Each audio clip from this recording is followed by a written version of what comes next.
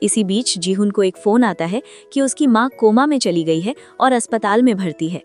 पता चलता है कि उसकी माँ एक गंभीर बीमारी से जूझ रही हैं और उनकी जान बचाने का एकमात्र तरीका लिवर ट्रांसप्लांट है। आज हाइसू के घर पहुंचने के बाद उसका सामना साहूकारों से हुआ, जिन्होंने उसे जल्द पैसे देने या परिणाम भुगतने की धमकी दी। जाने से पहले उन्होंने उसकी बेटी की पसंदीदा साइकिल को भी लात मारकर नुकसान पहुंचाया। बाद में काम से घर लौटते समय हाइसू अपनी बेटी के साथ चल रही थी जब उसने अपने घर के सामने साहूकार को इंतजार करते देखा। उसने तुरंत अपनी बेटी को पकड़ा और भाग गई। अंधेरा होने के बाद भी लौटने की हिम्मत नहीं की। कहीं और जाने की जगह न होने पर वो अपनी बेटी को उस रेस्टोरेंट में ले गई जहां वो रात बिताने के लिए काम करती है। बेटी के सो जाने के बाद हाइसू मैनेजर को अपनी स्थिति समझाने गई। दरवाजे से बाहर निकलते ही हाइसू ने उसी आदमी को देखा जिसकी कार से उस दिन उनकी टक्कर हुई थी। वो उसे दिए हुए पैसे लौटाने के लिए उसके पीछे दौड़ी, लेकिन अचानक उसने उसका रहस्य सुन लिया।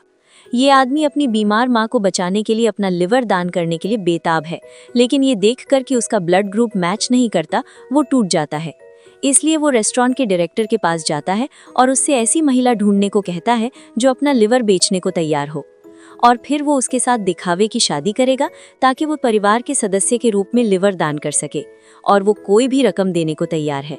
इसी बीच कर्ज में डूबी हाइसू ने इतनी बड़ी रकम की बात सुनी और तुरंत लालच में आ गई।